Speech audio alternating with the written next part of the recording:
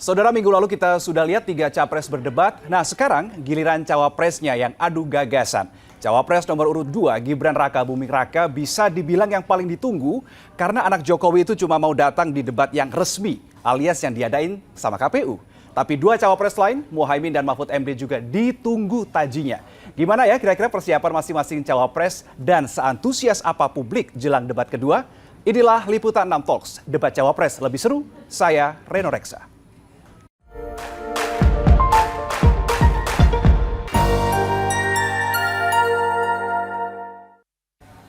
Pada kesempatan kali ini sudah hadir 2 narasumber di studio kita. Ada Mbak Rustika Herlambang, Direktur Komunikasi Indonesia Indicator, dan juga Fitra Faisal, Ekonom Universitas Indonesia. Mas Fitra, Mbak Tika, selamat sore.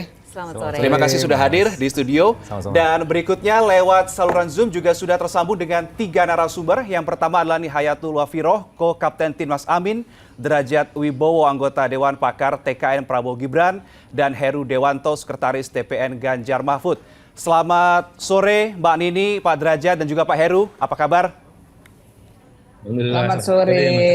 Baik. Sore. Terima kasih sudah bergabung bersama kami di kesempatan kali ini untuk membahas bagaimana nih persiapan jelang debat kedua yang akan mempertemukan ketiga cawapres di panggung debat.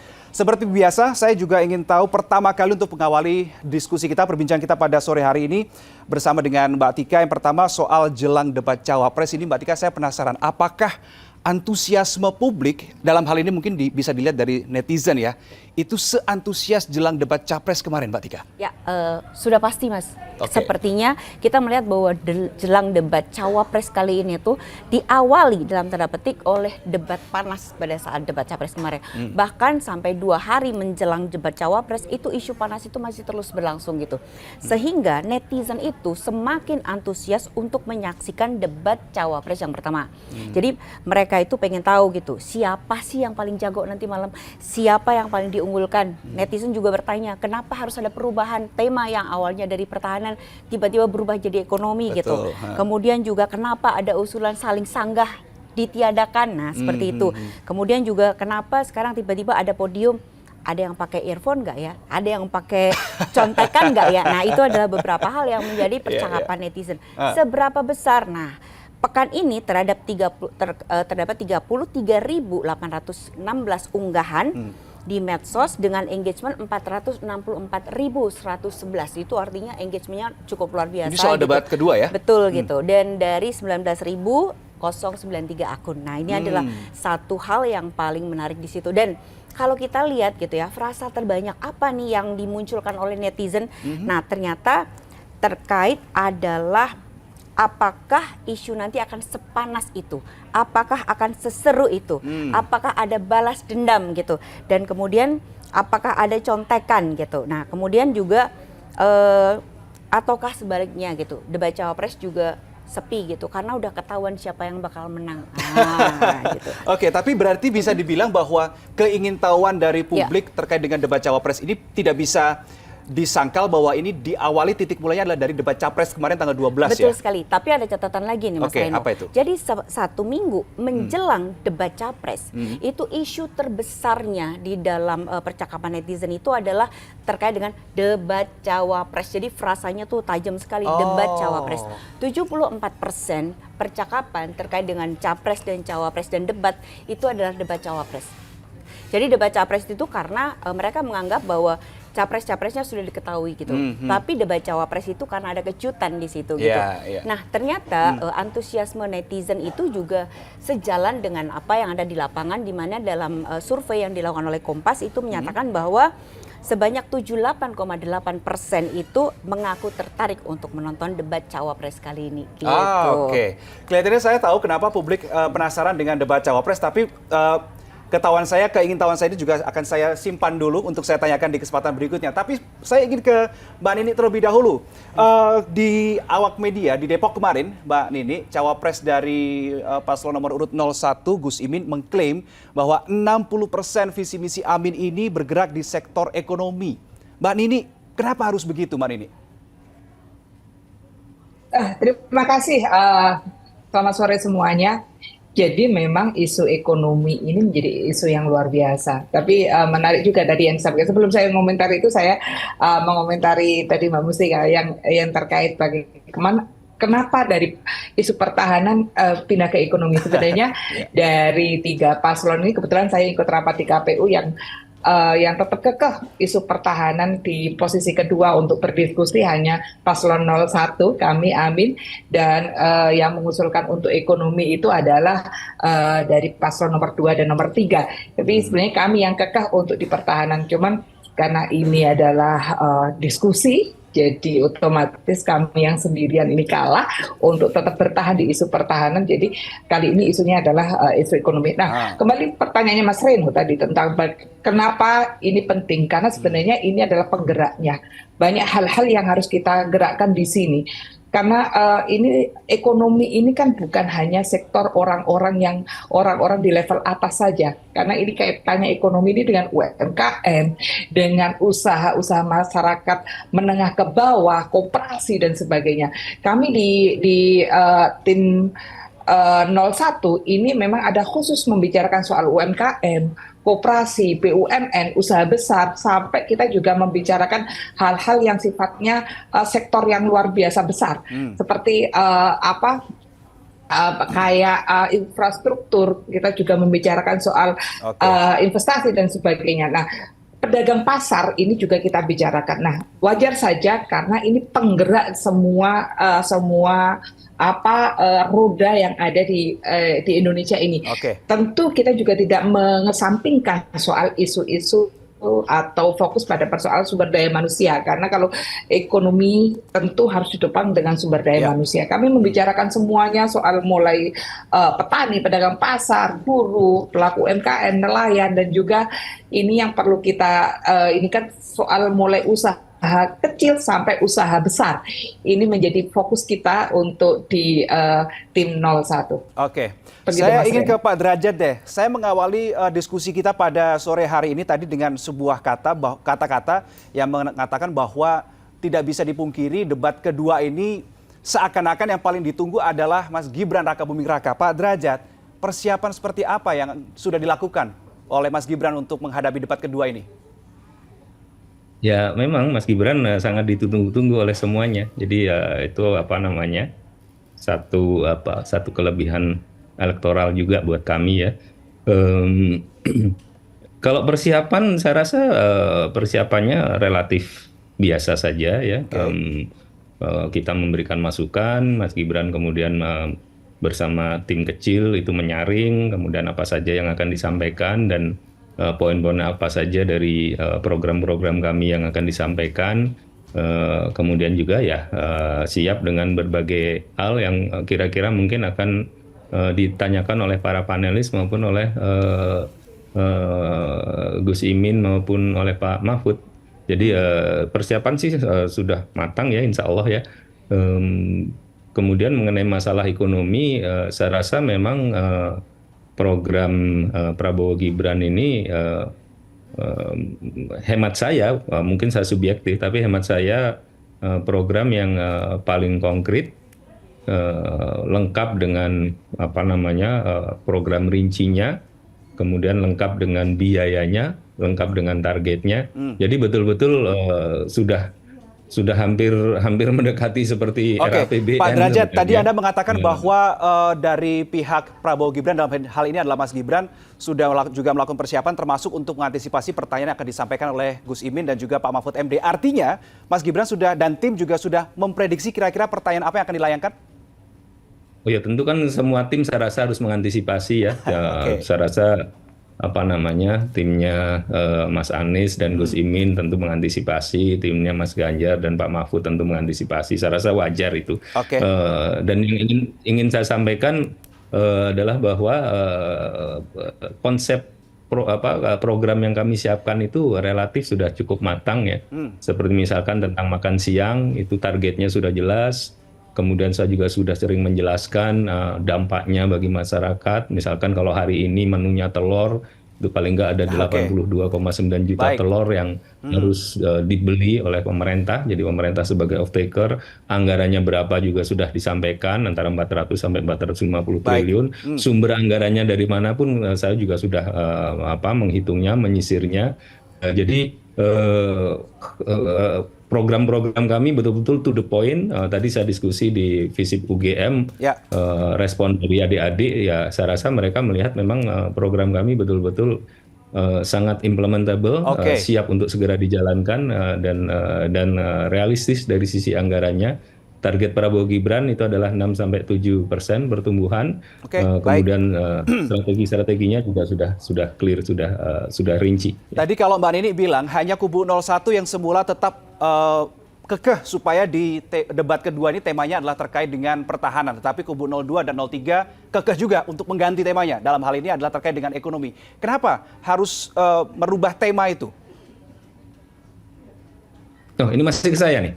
Ya, karena tadi disampaikan oleh Mbak Nini, karena pasangan 02 dan 03 ini kekeh juga untuk mengganti. Jangan pertahanan deh di tema debat kedua, tapi juga ganti adalah ke sektor ekonomi. Kenapa? Ya tentu pada saat diskusi kan, kalau saya kan memang tugas saya bukan masuk ke KPU, beda dengan Mbak Nini ya. Tugas saya lebih banyak untuk memberikan penjelasan ke masyarakat. Oke. Dan di KPU itu dipimpin Pak Burhan, bahwa beliau setelah melakukan asesmen itu yang terbaik adalah ekonomi dilakukan di kedua. Ya tentu sudah memperhitungkan, sudah melakukan SWOT, memperhitungkan pilihan yang terbaik itu adalah ekonomi di debat cawapres. Dan ternyata teman-teman dari Ganjar Mahfud sepakat dengan itu, ya sudah. Kalau misalkan kami hanya sendirian, dari teman-teman dari Mas Anies dan Mas Ganjar nggak setuju, ya tentu usulan itu ditolak. Jadi saya rasa usulan itu wajar-wajar saja. Oke. Tentu berdasarkan pertimbangan SWOT, dan ya tiap tim kan tentu berusaha memaksimalkan keuntungan bagi paslonnya. Saya rasa wajar ya. Oke, saya bergeser ke Pak Heru Dewanto, Sekretaris DPN Ganjar Mahfud. Pak Heru, kalau kita tahu bersama Pak Mahfud MD ini kan berlatar belakang hukum begitu ya, tapi kali ini debat kedua bertemakan ekonomi, kemudian infrastruktur hingga perkotaan. Apakah artinya ini ada persiapan khusus yang dilakukan oleh Pak Mahfud MD? Ya, ini kalau persiapan khusus tidak ada yang sangat spesial ya. Paling Pak Mahfud makan lebih banyak, lebih bergizi, tidur lebih banyak, olahraga lebih ditambah olahraganya supaya lebih fit gitu ya, segar untuk menghadapi debat besok. Selebihnya tidak ada persiapan-persiapan yang sangat spesial. Nah, tadi sempat disinggung oleh Mbak Nini gitu ya, yang sebetulnya paslon 1 lebih ingin diskusi mengenai pertahanan gitu ya. Paslon 2 ini kalau soal pertahanan juga ya tentu saja siap juga ya, karena kan Pak Mahfud pernah jadi Menteri Pertahanan ya kan. Tapi kalau ekonomi ya siap juga gitu. Jadi praktis karena mereka sudah menjadi kandidat presiden dan wakil presiden, ya semua aspek paling tidak ya harus dikuasai dalam konteks presidential vision, ya artinya di level presidensi dan level wakil presiden. Jadi untuk menjawab pertanyaan tadi, ya kita mendiskusikan dengan Pak Mahfud, ya apa-apa yang sudah disiapkan sebelumnya yang terkait dengan visi misi kita, ya kita dalami lagi.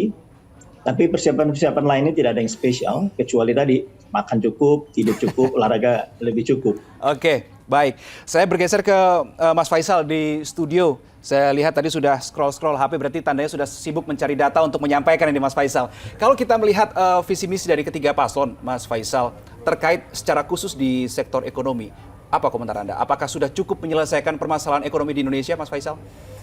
Ya, saya rasa dari tiga-tiganya memiliki elemen yang kurang lebih mirip ya. Ada elemen sumber daya manusia, ada elemen dalam kemiskinan, ya, pertumbuhan ekonomi dan seterusnya. Dan yang lebih menarik lagi adalah ketika kita berbicara mengenai target pertumbuhan ekonomi di masing-masing paslon ya. Di target nomor 1 itu kalau nggak salah 5,5 sampai 6,5% kan.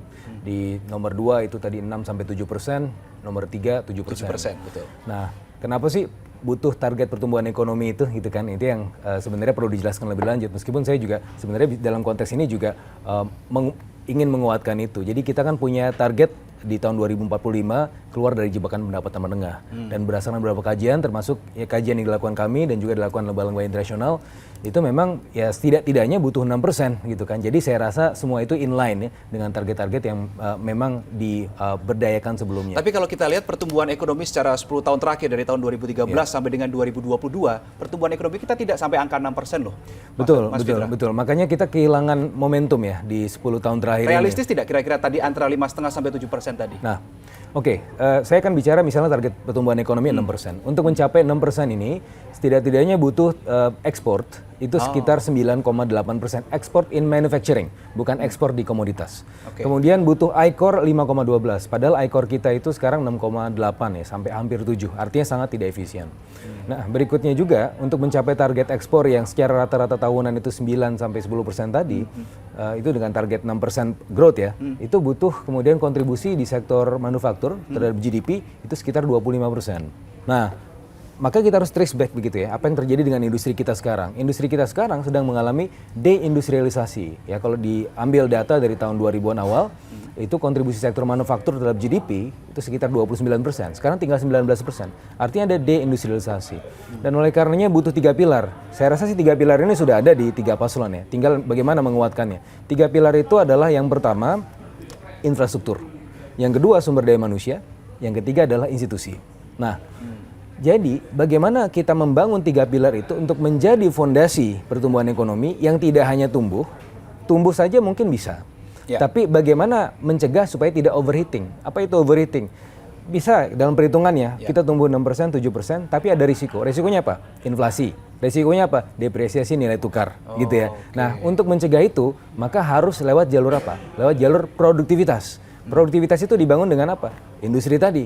Industri itu siapa yang membangun? Manusianya. Manusianya harus unggul. Infrastrukturnya harus tepat sasaran. Kalau kita lihat pembangunan infrastruktur yang selama ini terjadi, memang sudah on the right track, cuma ada permasalahannya.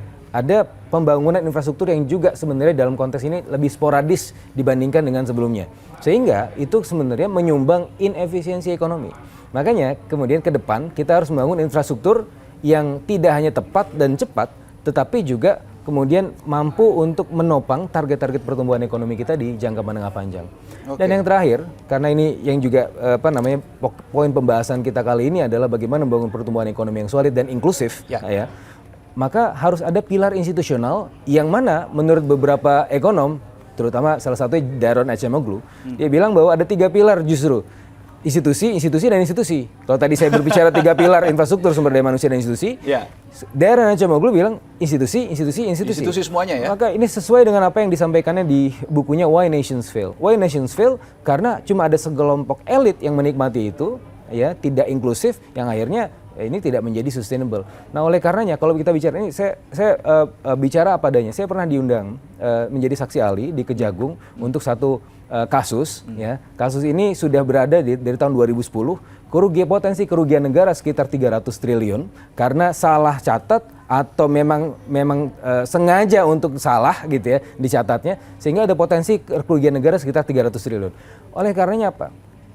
Ini kalau kita masukkan ke dalam fiskal kita, ya, yang tadinya itu kita tidak tahu 300 triliun itu di mana, ini dalam satu sektor aja, itu kita masuk ke APBN kita, itu kita bisa mampu membangun ya target-target tersebut dengan keadaan APBN yang jauh lebih sehat, begitu. Jadi tidak hanya mengejar. APBN kita sekarang tidak sehat menurut Anda? APBN kita sekarang kalau kita lihat dari tax ratio ya, potensi revenue kan dangkal sekali, kurang dari 10%. Artinya apa? Kalau untuk mengejar target-target pertumbuhan ekonomi melalui jalur fiskal, artinya apa? Spendingnya harus diperbanyak, dan artinya apa? Defisitnya juga membengkak, padahal target revenue-nya terbatas. Nah, permasalahan adalah ada jalur yang mana pemerintah biasanya lebih fokus kepada pajak, di mana pajak ini biasanya lebih banyak berburu di kebun binatang. Nah, itu yang harus kita jauhi. Yang kita lakukan sekarang adalah bagaimana kita mereform itu semua. Bagaimana kemudian pilar institusional ini menjadi salah satu pilar yang seharusnya bisa andal dan diandalkan. Sebelum saya kembali ke Mbak Nini, saya ingin memperdalam visi misi yang terkait dengan ekonomi. Saya ingin kembali juga ke Mbak Tika. Dari berbagai tema tadi untuk debat kedua, Mbak Tika, ekonomi kerakyatan digital, infrastruktur, perkotaan, keuangan dan lain sebagainya, ada tidak yang paling ditunggu atau paling diperbincangkan oleh Warganet? Ada sebenarnya kalau kita bicara kenapa debat kali ini tuh menarik atau menarik antusias netizen itu karena yang pertama adalah terkait sama 3 cawapres ini berkait dengan karakter mereka yang berbeda satu dengan yang lain. Kedua adalah terkait sama pengalaman. Ketiga adalah terkait sama topik debat yang dianggap sangat Gibran banget. Kemudian terkait sama framing anak presiden. Kemudian terkait sama hal-hal yang kontroversial gitu. Nah itu adalah beberapa hal yang dia mendapatkan reaksi dari netizen di 1 pekan terakhir ini. Dan menariknya ya Mas ya, kalau kita bedah ternyata dari mereka yang merespon cawapres itu punya sisi yang berbeda satu sama yang lain. Terkait sama demografi. Jadi misalnya terkait sama milenial gitu, Gibran itu bisa mencapai 82%. Milenial gitu. Sementara Mahfud sama Muhaimin itu sekitar 65 gitu. Dari sisi perempuan, kenapa perempuan itu di Gibran sekarang ada 39% gitu. Sementara di Muhaimin sama Mahfud itu Mahfud ada di 33%, sementara Muhaimin itu ada di 26%. Dan ini tuh menariknya lagi kenapa? Karena setiap cawapres itu mereka memiliki sudut pandang yang berbeda di mata netizen milenial, laki-laki atau perempuan gitu.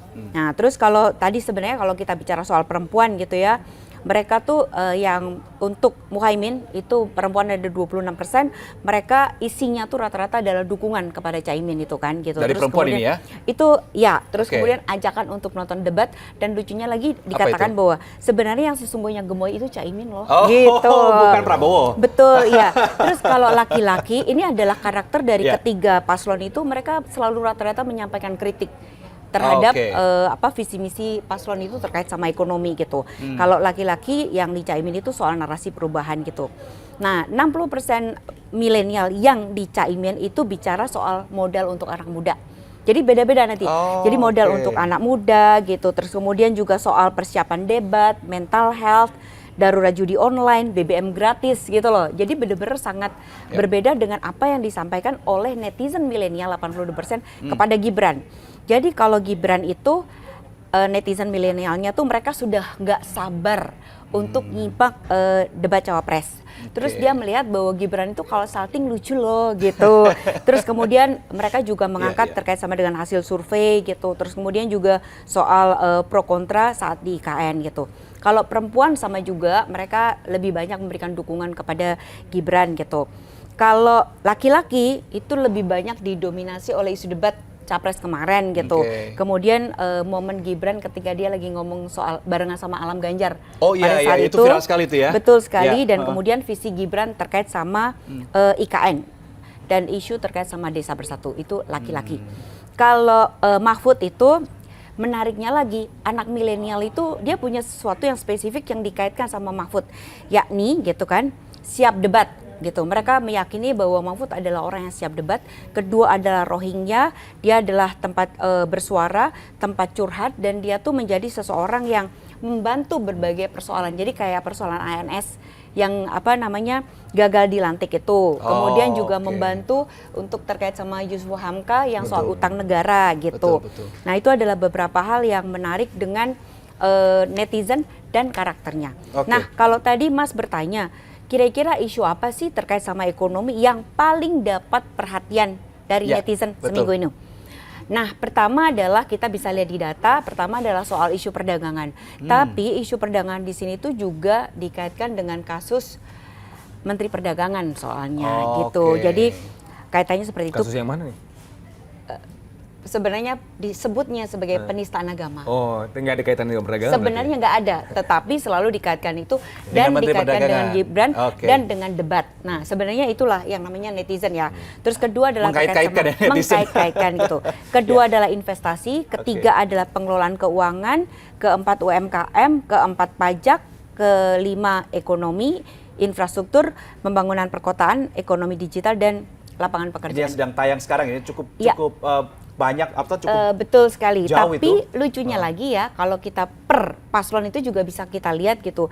Misalnya kenapa pajak gitu ya paling banyak dikaitkan dengan Muhaimin Iskandar gitu. Nah itu terkait sama sesuatu yang kontroversial gitu. Tol itu hanya dinikmati oleh orang yang punya mobil. Nah itu kelihatan sekali beberapa anomali-anomali. Terus kenapa UMKM itu paling banyak gitu direspon pada Ganjar, karena Ganjar sering sekali, Ganjar dan Atikoh sebenarnya dia banyak bermain mendekati gitu kelompok-kelompok UMKM gitu. Kalau perdagangan terhadap 3 paslon itu hampir sama karena mereka paling senang belusukan ke pasar. Gitu. Kalau UMKM itu juga mereka senang karena masing-masing paslon itu memberikan modal gitu kan kepada mereka dan terutama kepada generasi milenial. Nah, gitu. Kalau investasi semuanya bicara soal IKN. Nah, gitu. IKN ya masih menjadi Betul perbincangan sekali. juga ya. Betul sekali. Oke, saya akan kembali ke masing-masing paslon. Sekarang tadi Mas Fitra juga menyampaikan pembangunan yang sporadis tadi disampaikan oleh Mas Fitra. Kemudian Mbak Tika juga tadi menyinggung soal infrastruktur begitu ya. Saya ingin ke Pak Derajat. Pak Derajat, di visi misi kubu Anda tertulis melanjutkan pembangunan infrastruktur begitu. Nah ini pembangunan infrastruktur seperti apa yang akan dilanjutkan? Apakah tetap tadi seperti dikatakan Mas Fitra secara sporadis atau ternyata ini adalah pembangunan yang terukur, tepat sasaran dan tepat guna? Ya, sebelum saya menjawab infrastruktur, karena tadi disinggung oleh Mbak Puspita ya, soal ketum kami ya, Bang Zul, Menteri Perdagangan. Jadi saya menghimbau kepada semua pimpinan parpol, ya apapun pilihannya, siapapun paslon yang didukung, ayo kita bareng-bareng. Jangan main-main api dengan isu agama, ya. Karena nggak ada sama sekali penistaan agama yang dilakukan oleh Pak Zul ya. Apa yang diucapkan oleh Pak Zul itu diucapkan juga oleh Mas Anies, diucapkan juga oleh Ustadz Abdul Somad, diucapkan juga oleh Ustadz Wah ya, Adi Hidayat, dan sebelumnya nggak pernah ada yang mengatakan penistaan agama. Ketika kemudian Bang Zul menyampaikan itu, tiba-tiba ada banyak sekali akun yang kemudian secara serempak mengatakan ini penistaan agama.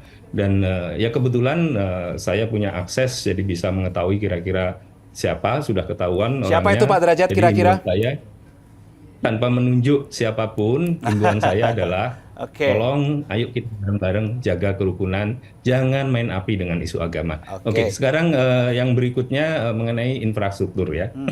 Jadi kalau infrastruktur itu memang sesuatu yang harus kita lakukan karena infrastruktur kita itu banyak sekali yang masih kurang, tapi tentu sumber pembiayaannya, kemudian bagaimana dengan efek lingkungannya itu tentu harus kita perhatikan. Demikian juga dengan IKN ya, banyak sekali yang mengkritisi IKN. Yang ingin saya sampaikan adalah IKN ini konsepnya adalah Green City. Karena dia konsepnya Green City itu sebenarnya menjadi satu peluang, satu kesempatan yang besar bagi kita, terutama bagi anak-anak milenial, anak-anak generasi Z, untuk berinovasi, untuk menjadikan IKN ini sebagai laboratorium. Bagaimana sih kita mendesain gedung, membangun gedung yang kira-kira nanti kebutuhan AC-nya itu nggak banyak-banyak banget. Sehingga carbon footprint-nya itu bisa sedikit.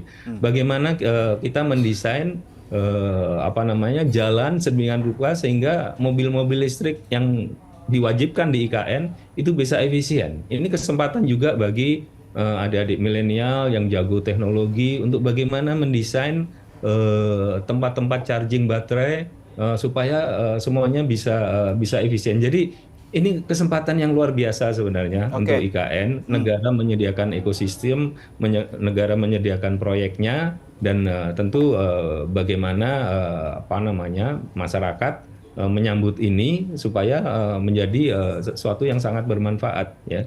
Demikian juga kalau kita bicara infrastruktur di perkotaan, infrastruktur di pedesaan, ya apa yang sudah dicanangkan oleh Pak Jokowi itu akan kita lanjutkan, dan kemudian juga kami akan membangun misalkan fasilitas-fasilitas air, ya, karena di berbagai daerah di pedesaan itu air menjadi masalah yang sangat luar biasa. Oke. Dan kita menginginkan swasembada pangan, itu air juga menjadi kunci. Jadi Pak Prabowo sudah mencontohkan sebagai Menhan, beliau mencari sumber-sumber air. Orang mungkin menganggap remeh, seperti makan siang dianggap remeh. Nanti saya kesempatan saya jelaskan lebih rinci. Tapi air ini krusial sekali. Oke, Jadi baik. apa boleh buat, negara memang harus ikut masuk untuk mencari air kasarnya kira-kira. Terima Baik, kasih. infrastruktur jalan tol dan juga IKN ini menjadi dua substansi yang menjadi pembahasan utama yang muncul pada kesempatan kali ini. Saya ingin ke Mbak Nini kalau begitu. Mbak Nini berbicara soal infrastruktur jalan tol yang kita tahu bahwa di akhir-akhir ini beberapa waktu lalu Cawapres Anda, Gus Imin ini mengkritik jalan tol begitu ya. Dia mengatakan mengaku mendapat feedback dari tukang beca jalan tol. Tukang beca ini bayar pajak tapi malah dipakai untuk pembangunan jalan tol yang tidak bisa ia gunakan. Apa sebenarnya yang ingin dikatakan oleh Gus Imin terkait dengan hal itu? Terima kasih. Jadi memang kalau kita ngomongin soal ekonomi, salah satunya adalah soal infrastruktur dan industri ya. Infrastruktur, kita akui bahwa kita penikmat, salah satu penikmat dari jalan tol. Tapi perlu kita lihat apakah ini soal adil atau tidak, merata atau tidak. Karena konsep kita di 01 ini, Amin ini adalah adil dan merata. Yang ini yang perlu kita pikirkan, kalau ini aksesnya memang dibutuhkan, tapi apakah itu merata bisa dinikmati semua orang? Nah ini kuncinya. Nah tadi yang disampaikan oleh Cawapres kami, Gus Muhaimin, ini kan menyatakan bahwa tol ini yang bisa mengakses adalah orang-orang yang punya tentu yang punya uang lebih ya. Karena contoh bayangkan saya dari Jakarta ke Dapil itu naik tol sampai ke turunnya itu di daerah Gending ya, sudah masuk Probolinggo. Itu sudah ratusan ribu, hampir 1 juta sendiri untuk tol ya. Ingat saya seperti itu.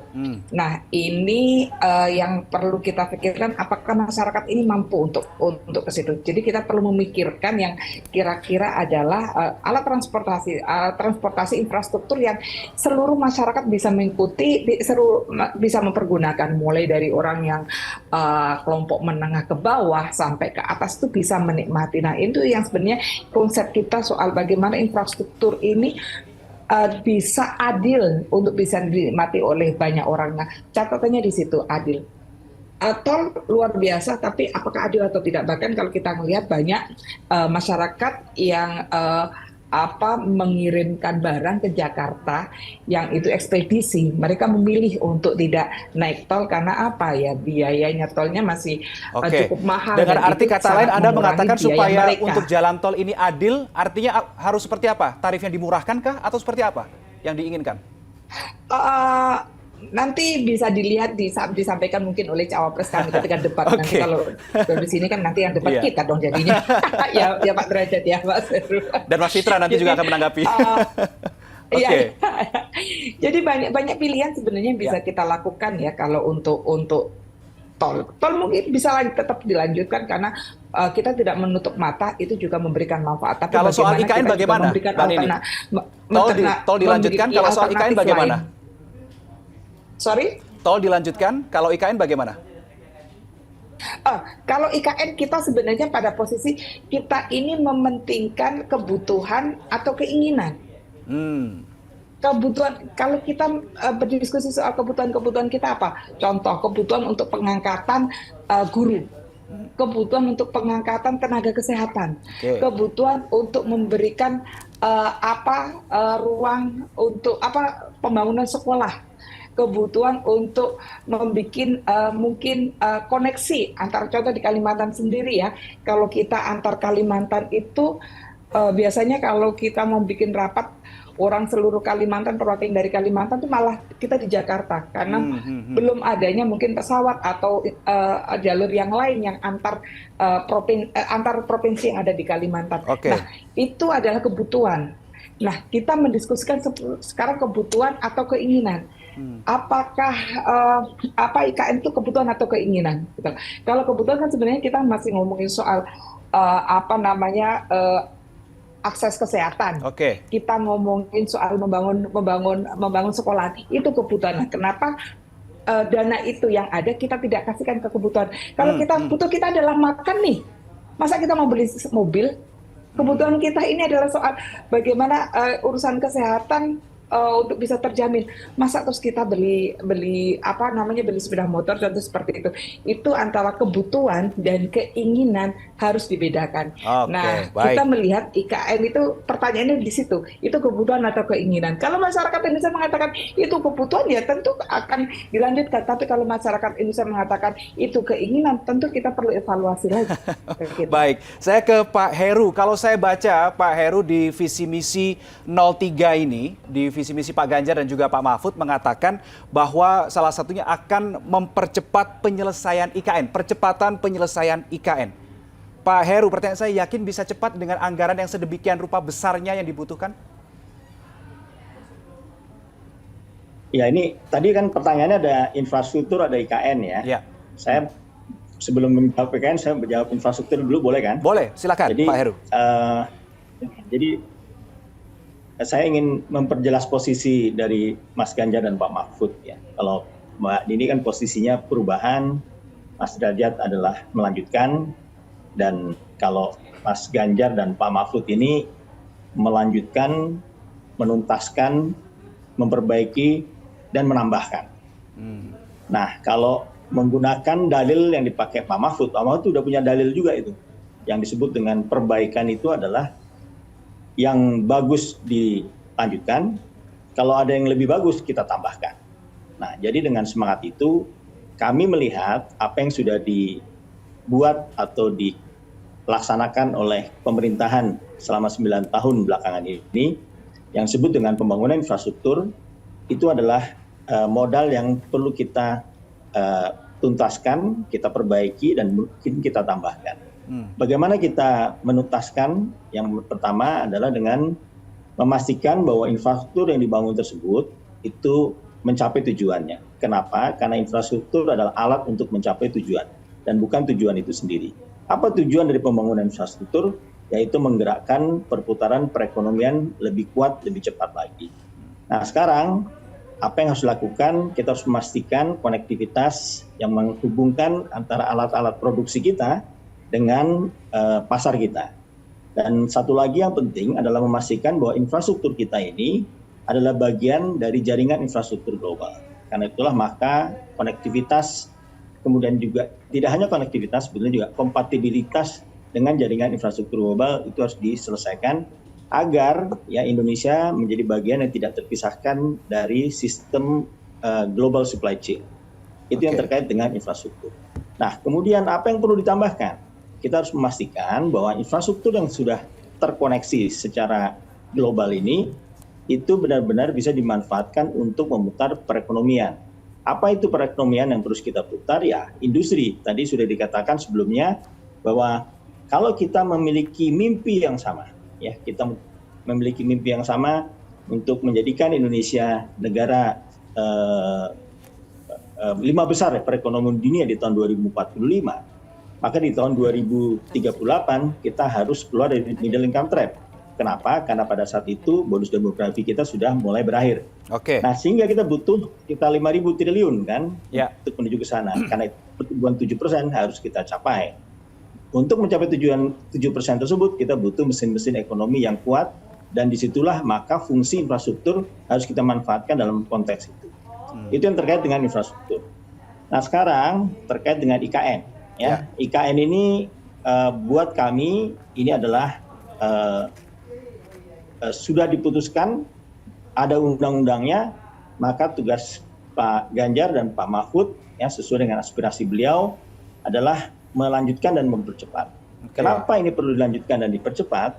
Pertama-tama karena kami melihat untuk mencapai pertumbuhan 7%, ya, untuk mencapai cita-cita kita bersama, menjadi 5 besar kekuatan ekonomi dunia, kita tidak bisa business as usual. Kita butuh lokomotif besar untuk bisa menggerakkan perekonomian. Kita butuh harapan baru, kita butuh aspirasi baru. Dan IKN ini adalah salah satu lokomotif perekonomian yang bisa kita andalkan dalam menggerakkan roda perekonomian. Kemudian juga ini adalah harapan yang akan menggerakkan masyarakat untuk bersama-sama bergerak mencapai tujuan tersebut. Ini adalah harapan buat kita semua. Ini adalah kota yang dibangun khusus untuk generasi Z, yang mana akan menikmati kota ini ke depannya.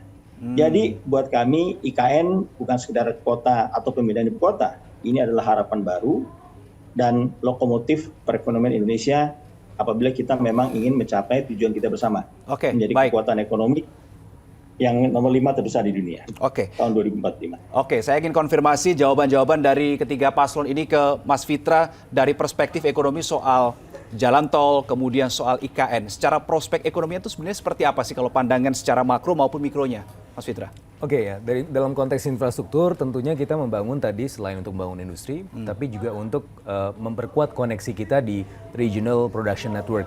Ya. Nah, sementara ini kalau dari penelitian kami, itu Indonesia dalam konteks partisipasi dalam jaringan rantai produksi itu sudah sangat tertinggal dari ASEAN peers. ASEAN peers-nya itu siapa saja? Malaysia, Thailand, bahkan di situ ada Vietnam dan Filipina. Kita di bawah begitu kan. Dan untuk memperkuat koneksi tersebut adalah salah satunya adalah memperkuat pilar infrastruktur yang juga compatible dengan pilar regional value chain tadi.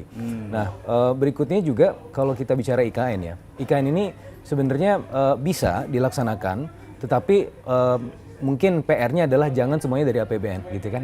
Memang rencananya seperti itu kan. Tapi kita harus menjaga supaya kontribusi APBN tidak terlalu besar. Bisa nggak? Sebenarnya bisa saja kalau misalnya rencananya konkret, roadmap-nya juga jelas dan kemudian insentif-insentifnya juga menarik. Sementara ini dalam beberapa minggu atau beberapa bulan terakhir sebenarnya Mas Reno, saya sudah mendapatkan inquiry dari beberapa investors asing, entah itu dari negara-negara Arab, negara Eropa gitu, yang ingin sebenarnya investasi ke IKN. Cuma masalahnya adalah mereka masih wait and see, ya, masih Apa yang melihat. membuat mereka wait and see?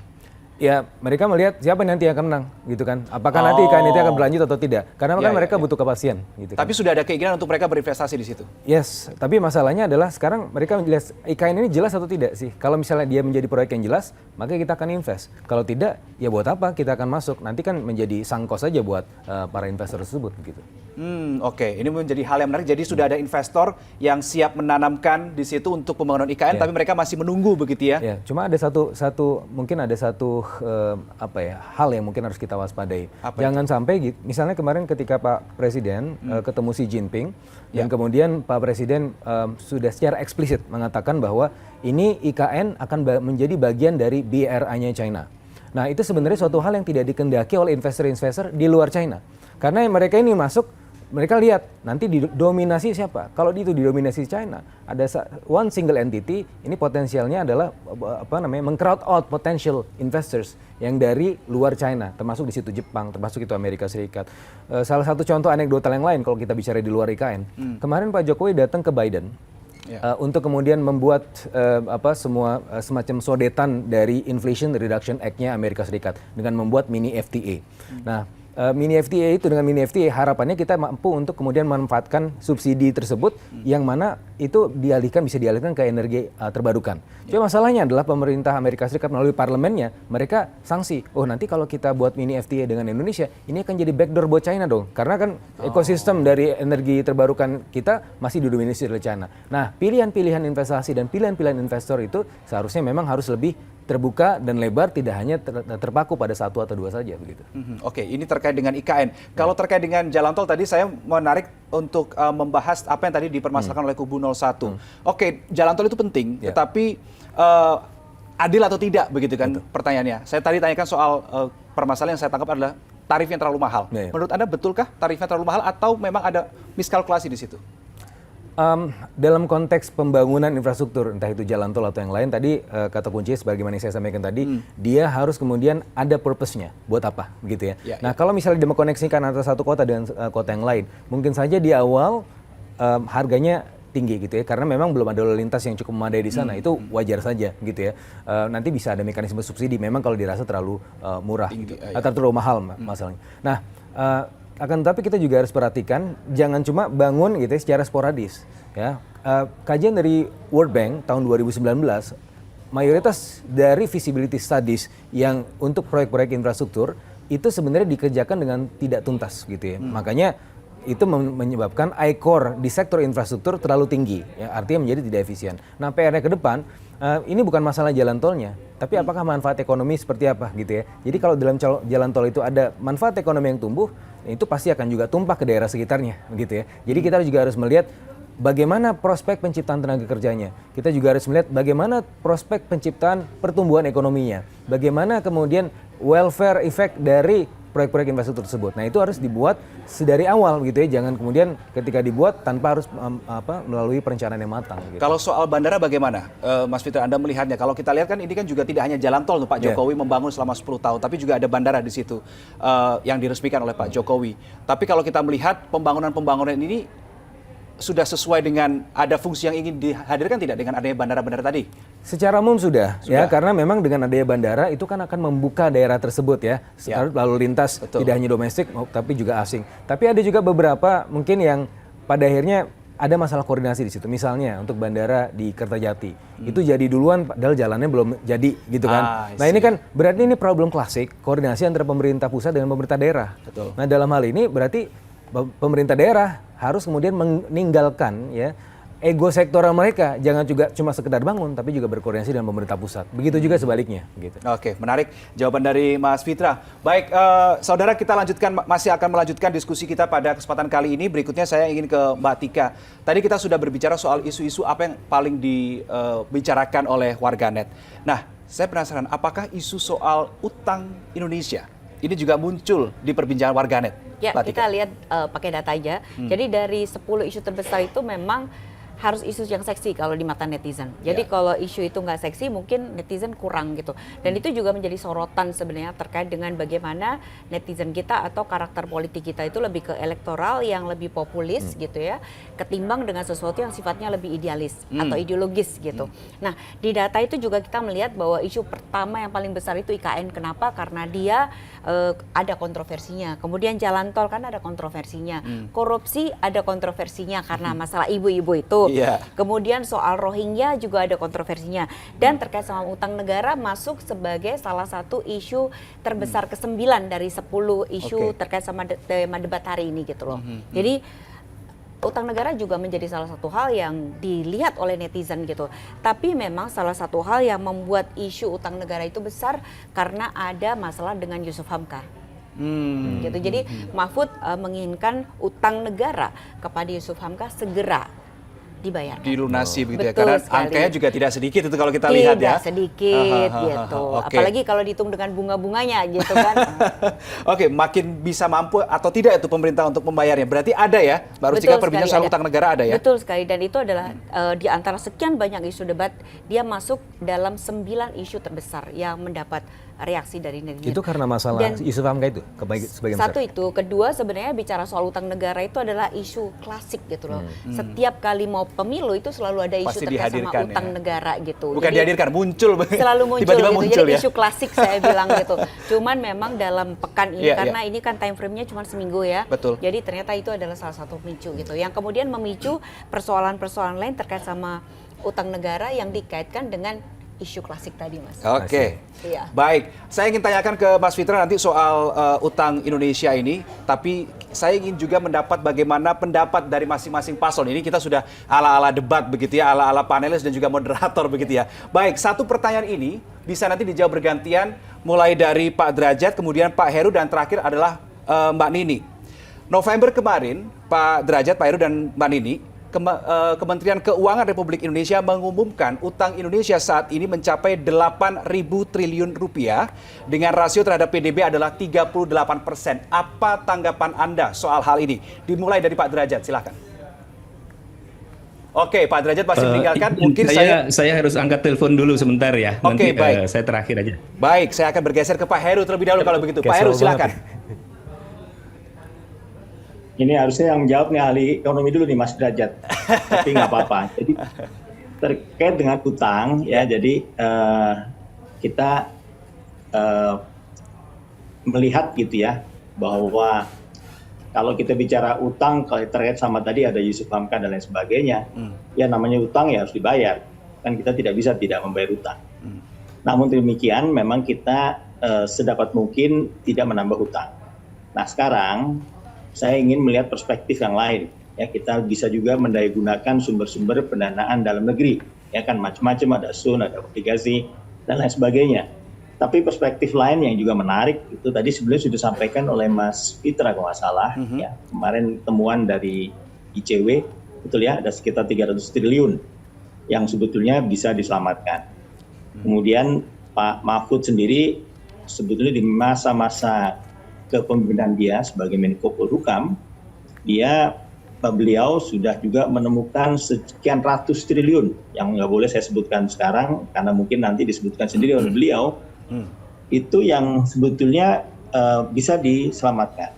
Artinya kenapa sejak awal ya Mas Ganjar dan Pak Mahfud ini mendorong apa yang disebut sebagai gaspol, ya, gandakan anggaran, sikat KKN, dan kemudian perbaiki birokrasi, ya, dan politik substantif.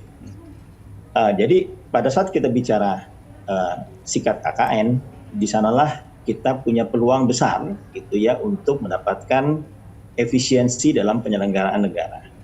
Dan hal-hal tersebut bisa sangat mempengaruhi hutang-hutang kita ke luar negeri. Kemudian yang kedua, pada saat kita juga melakukan perbaikan di dalam tata kelola negara kita, ya, dengan kepastian hukum, kemudian juga reformasi hukum dan lain-lain, ini juga akan membuat efisiensi penyelenggaraan negara.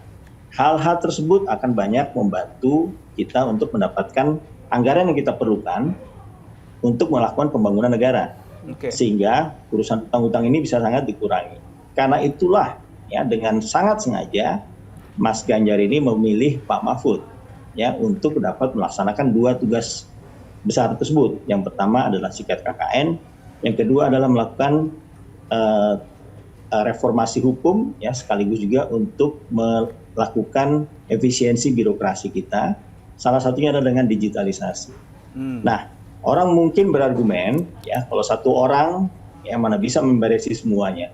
Tapi saya ingin mengatakan di sini, semuanya sebagus-bagusnya sistem, kalau pemimpinnya tidak bagus, ya akhirnya tidak bisa jalan juga.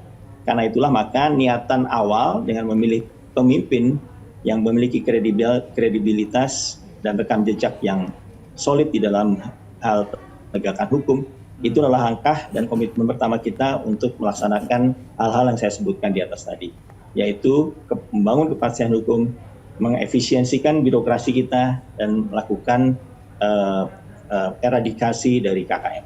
Oke, baik. Saya ke Mbak Nini kemudian untuk bisa menjawab pertanyaan saya, respon terkait dengan yang tadi sudah saya sampaikan. Utang Indonesia ini dicatatkan oleh Kementerian Keuangan mencapai 8.000 triliun rupiah. Apa respon Anda? Ya, jadi pertama mendengar hutang kita sampai 8.000 triliun, yang ada di pikiran saya adalah anak cucu saya nanti. Jadi yang perlu kita lakukan sebenarnya bagaimana hutang itu normal, cuman kita gunakan apa hutang tersebut, dan bagaimana kita menggunakan hutang itu untuk benar-benar untuk sesuatu yang benar-benar untuk kesejahteraan masyarakat dan untuk modal untuk bergerak. Nah, sebenarnya kita kan salah satunya bagaimana menggunakan hutang itu untuk meningkatkan daya saing kita, kan. Daya saing kita ini kita bisa memisahkan antara infrastruktur dan industri. Nah, industri pun juga kita ada industri padat modal dan padat karya. Nah, selama ini kita lebih pada fokus industri di padat modal, sehingga lagi-lagi kuncinya bagi kami adalah soal adil dan merata yang membuat kesempatan kerja semakin tinggi. Ini adalah menurut kami adalah bagaimana menggunakan hutang-hutang tersebut untuk sesuatu yang sangat produktif. Salah satunya adalah dalam industri padat karya, dalam artian kita meningkatkan industri-industri yang bisa menyerap banyak tenaga kerja. Contoh yang kayak mebel, mungkin juga garment dan sebagainya, itu industri-industri yang bisa meningkatkan daya saing kita dan mengambil cukup banyak tenaga pekerjanya. Nah, yang paling penting lagi adalah bagaimana hutang kita ini tidak terus bertambah, karena kita tidak mau juga membebani anak cucu kita dengan hutang yang cukup tinggi. Bagaimana masa depan mereka, bagaimana kehidupan mereka nanti kalau kita mewariskan hutang yang cukup tinggi. Oleh sebab itu banyak yang dari 01 ini yang kita melakukan gerakan-gerakan untuk sektor keuangan, bagaimana kita meningkatkan juga produktivitas dalam negeri yang nantinya kita mampu membayar hutang dan tidak menambah hutang lagi. Jadi bagaimana hutang yang ada itu benar-benar digunakan untuk produksi, dan oleh sebab itu kan sebenarnya target kita kalau di 01 ini targetnya itu untuk pertumbuhan ekonomi, berbeda dengan teman-teman dari 02 dan 03. Kita di pertumbuhan ekonomi cuma 5,5 sampai 6,5%. Lebih karena menurut kita adalah itu yang paling realistis dan adil. Kita tidak mau pertumbuhan ekonomi tinggi tapi ternyata tidak merata, tidak adil. Hanya mungkin pertumbuhan ekonomi tinggi tapi di Jawa saja nih. Otomatis kalau Jawa tinggi, daerah lain rendah, tetap saja kalau average-nya pasti akan tinggi karena penduduk Jawa yang paling banyak. Tapi kita juga memikirkan realistisnya, memikirkan keadilannya, memikirkan tidak ketimpangannya. Otomatis ini yang menjadikan pertumbuhan ekonomi yang realistis saja lah, yang merata untuk seluruh ini. Makanya di visi misi kami ini bukan hanya soal sektoral, tapi juga soal wilayah. Karena wilayah Papua berbeda kebutuhannya dengan wilayah Jawa. Wilayah Kalimantan, wilayah Sulawesi berbeda kebutuhannya dengan Sumatera. Jadi kita berpikir bukan hanya soal sektoral saja, tapi juga kita berpikir pertumbuhan ekonomi ini juga terkait dengan wilayah. Makanya kita pertumbuhan ekonomi kita menargetkan 5,5 sampai 6,5%. Karena yang kita pikirkan ada soal realistisnya, keadilannya, dan tidak ketimpangan. Sehingga seluruh wilayah ini ada pertumbuhan ekonomi, bukan hanya di wilayah tertentu saja. Iya, saya ke Pak Derajat. Bagaimana Pak Derajat 02 merespon soal utang Indonesia yang sampai dengan saat ini sudah tembus angka 8.000, tepatnya di angka 8.041,01 triliun rupiah.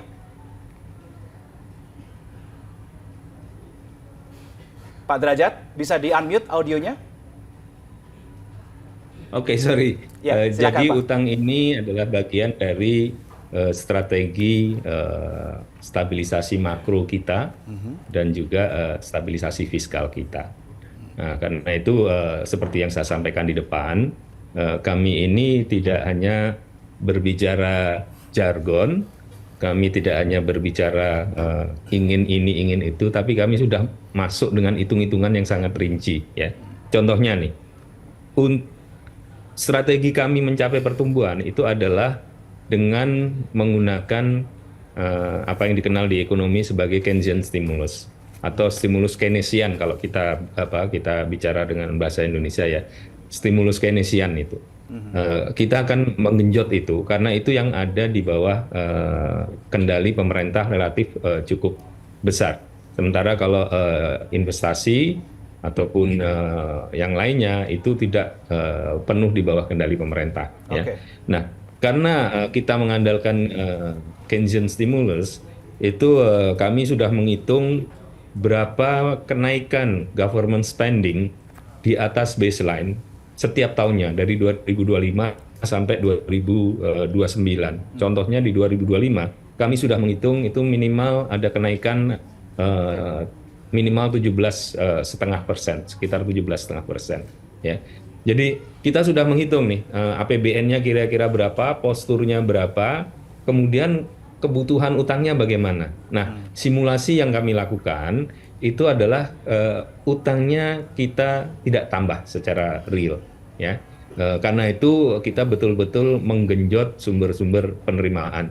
Tadi Mas Heru mengatakan Pak Mahfud dari sisi pendekatan hukum ada sumber penerimaan beberapa ratus triliun. Saya sepakat, saya setuju.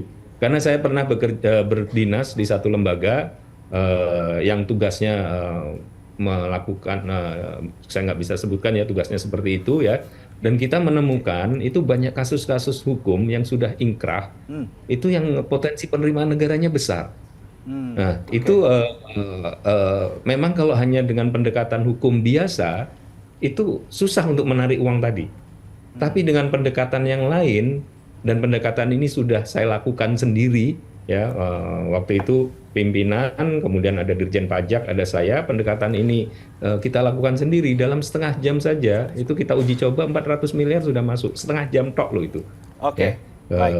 Bagaimana? Nah, jadi kita menyisir berbagai sumber-sumber penerimaan, makanya besok mungkin kalau ada kesempatan Mas Gibran akan menyampaikan beberapa dari sumber-sumber itu.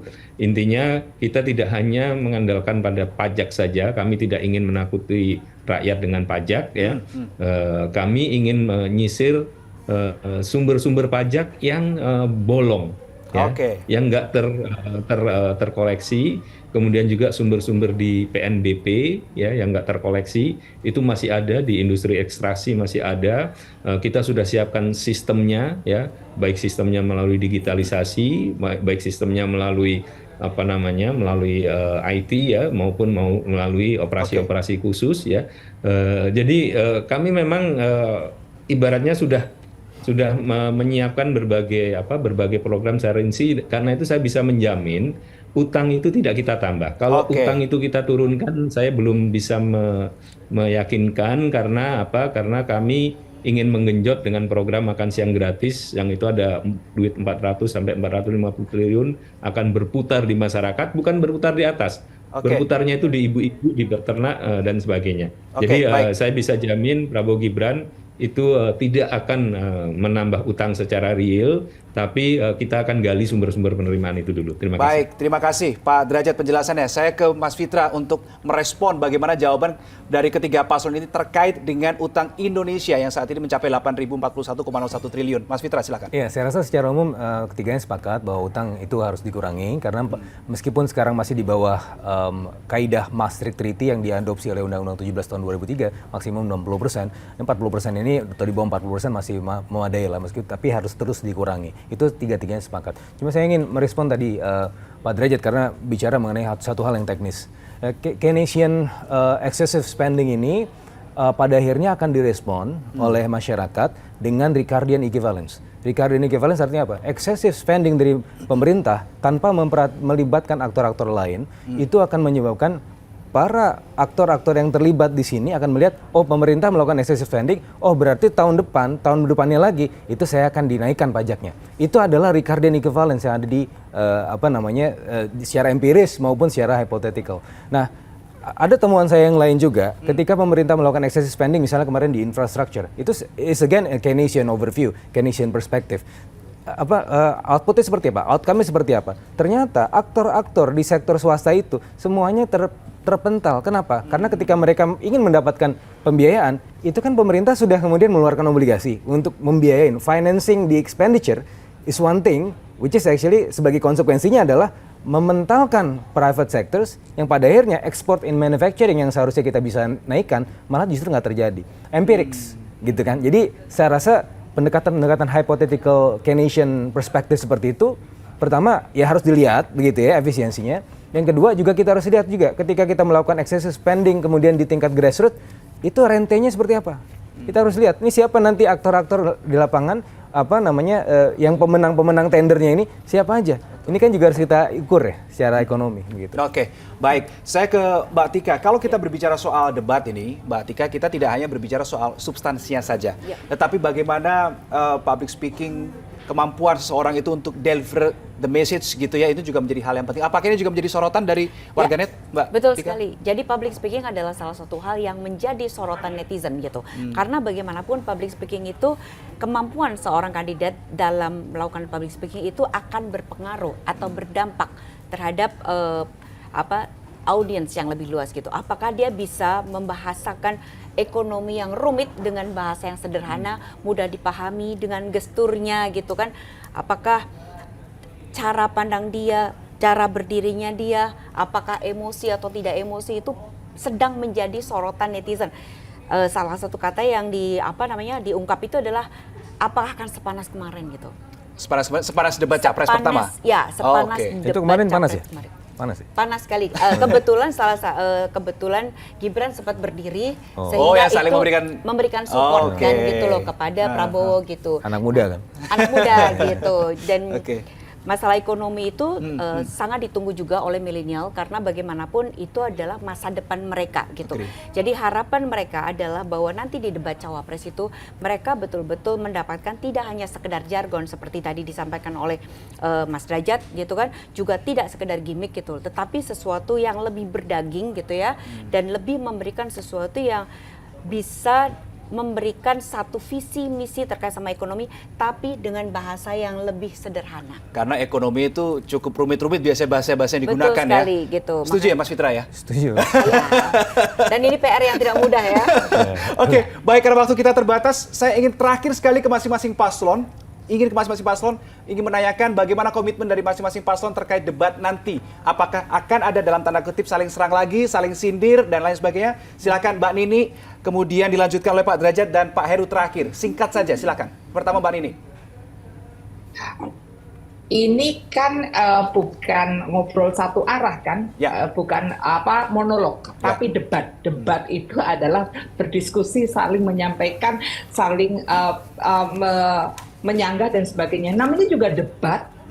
Kalau nggak ada saling bertanya, saling menyindir, itu nanti monolog dong, Mas. Oke. Berarti ada rencana untuk saling menyindir juga nanti ya? Artinya? Saya tidak tahu ya kalau cawapres kami seperti apa. Oke. Dia kan orangnya otentik ya, Pak Muhaimin itu orangnya otentik dan penuh dengan hal-hal yang mengejutkan. Tapi saya ingin katakan bahwa ini judulnya aja debat. Debat itu adalah tentu di situ akan penyampaian ide, lalu mungkin ada sanggahan, ada pertanyaan, lalu ada tanggapan, seperti itu debat, bukan monolog. Kalau monolog kan hanya menyampaikan visi misi, menyampaikan pernyataannya saja tanpa ada diskusi di dalamnya. Pak Derajat, silakan. Iya, kalau kami akan fokus pada kebijakan, kepada apa yang ditawarkan kepada rakyat, ya. Kita pengen suasana pilpres ini guyup gitu, tenang ya, dan masyarakat bisa langsung melihat, oh iya kalau program ini ibu-ibu bisa merasakan, oh iya kalau program makan siang dijalankan kami akan diuntungkan, ibu-ibu yang ada di bawah garis kemiskinan, oh iya kalau saya nggak perlu bayar uang makan untuk anak saya, itu berarti saya akan terangkat di atas garis kemiskinan. Nah, kami ingin ke sana ya. Tapi kalau kemudian seperti yang kemarin kan debatnya akhirnya Ketua KPK saja mengatakan itu debat kusir, dan saya rasa banyak masyarakat yang beranggapan ya untuk tontonan oke gitu. Tapi apa sih sesuatu yang kami dapat dari debat kusir seperti itu? Nah, saya sih terserah saja dari masing-masing cawapres nanti mau ke sana boleh, tapi dari pihak kami kita akan stick untuk menyatakan kepada masyarakat bahwa insya Allah paslon 2 adalah yang paling siap dengan kebijakan-kebijakan yang real, yang bermanfaat untuk masyarakat. Jadi mau debat kusir silahkan, tapi kita akan fokus kepada substansi kebijakan. Terakhir, Pak Heru, silakan Pak Heru. Ya, tadi disinggung soal public speaking gitu ya. Nah, kebetulan paslon kami ini, Mas Ganjar dan Pak Mahfud, natural public speaker. Jadi mengurangi biaya latihan. Ya, kalau belum public speaker, biaya latihannya jadi mahal kan. Nah, karena beliau ada natural public speaker, jadi nggak perlu latihan terlalu repot. Tinggal menyampaikan dan lebih ekspresi. Artinya mengekspresikan apa yang ingin mereka berikan kepada rakyat, apa yang ingin mereka capai dalam waktu 5 tahun ke depan. Jadi lebih daripada mencoba mengimpresi publik. Itu yang disebut dengan public speaking akan disampaikan. Dan saya melihat Pak Mahfud sudah tidak sabar untuk segera tampil berdiskusi dengan kedua paslon yang lain. Dan saya ingin menjanjikan bahwa Pak Mahfud tidak akan bicara mengenai jargon, karena besok ya Pak Mahfud akan menyampaikan langsung program-program unggulannya yang akan dilaksanakan pada saat Pak Ganjar dan Pak Mahfud in office. Terkait apakah nanti terjadi debat atau terjadi diskusi, ya namanya juga diskusi antar paslon. Kalau terjadi debat ya nggak apa-apa juga debat, kalau tidak juga nggak apa-apa juga. Sama kayak Mbak Nini nih berarti ya. terjadilah, kira-kira begitu. Oke, baik. Terima kasih Mbak Nini, Pak Derajat, Pak Heru sudah bergabung sama kami berbagi perspektif pada kesempatan kali ini. Dan juga di studio Mas Fitra dan juga Mbak Tika, terima kasih sudah berbagi data, berbagi informasi pada kesempatan kali ini. Dan menunggu kejutannya. Demikian, saudara, perbincangan kita kali ini. Bagaimana nanti debat kedua yang akan mempertemukan tiga cawapres akan berjalan? Apakah saling sindir kembali terjadi? Kita nantikan bersama. Saya Reno Reksa pamit. Sampai jumpa.